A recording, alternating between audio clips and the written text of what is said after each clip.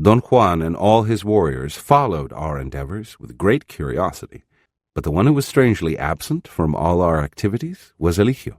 Although he was himself a peerless warrior comparable to the warriors of Don Juan's own party, he never took part in our struggle, nor did he help us in any way. La Gorda said that Eligio had succeeded in attaching himself to Emilito, and thus directly to the nagual Juan Matus. He was never part of our problem, because he could go into the second detention at the drop of a hat. To him, journeying into the confines of the second detention was as easy as snapping his fingers. La Gorda reminded me of the day when Eligio's unusual talents allowed him to find out that I was not their man, long before anyone else had even an inkling of the truth. I was sitting on the back porch of Vicente's house in northern Mexico when Emilito and Eligio suddenly showed up. Everyone took for granted that Emilito had to disappear for long periods of time. When he would show up again, everyone also took for granted that he had returned from a voyage.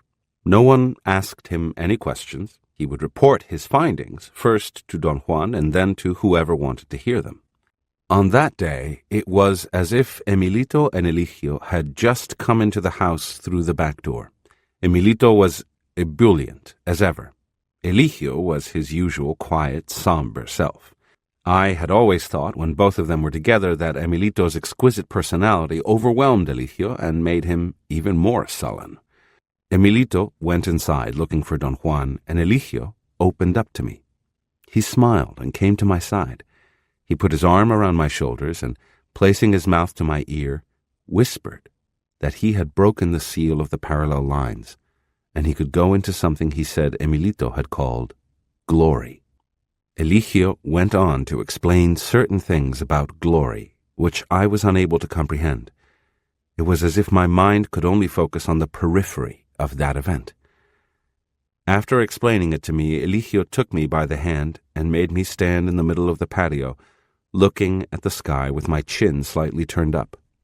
He was to my right, standing with me in the same position. He told me to let go and fall backwards, pulled by the heaviness of the very top of my head. Something grabbed me from behind and pulled me down. There was an abyss behind me. I fell into it, and then suddenly I was on the desolate plain with dune-like mounds. Eligio urged me to follow him. He told me that the edge of glory was over the hills. I walked with him until I couldn't move any longer. He ran ahead of me, with no effort at all, as if he were made of air.